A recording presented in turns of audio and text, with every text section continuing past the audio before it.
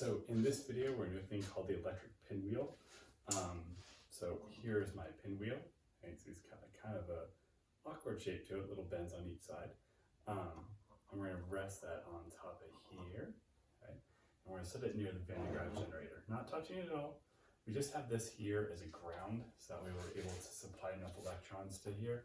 Otherwise it wouldn't totally work.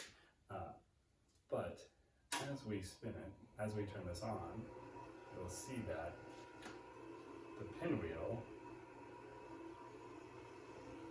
will start to spin all on its own.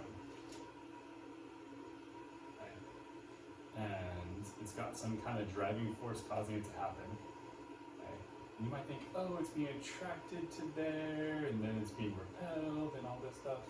And it's not really what's going on. This one's a little bit tricky. So this one's all about the shape of the pinwheel. Let me get a little bit closer so you guys can see this a little better.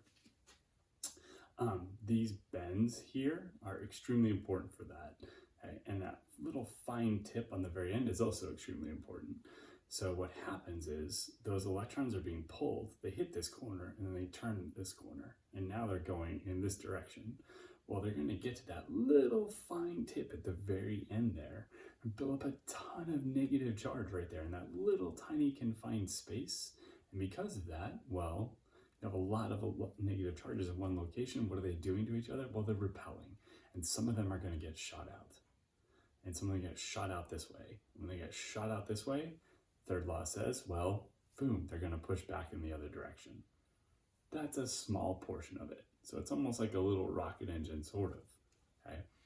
The main driving factor, though, is a little bit different.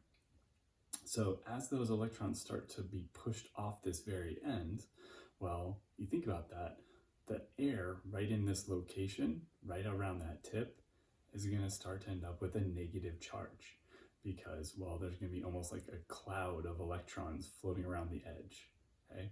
But not attached to the pinwheel anymore. However, the pinwheel itself, that tip, is still going to be negatively charged.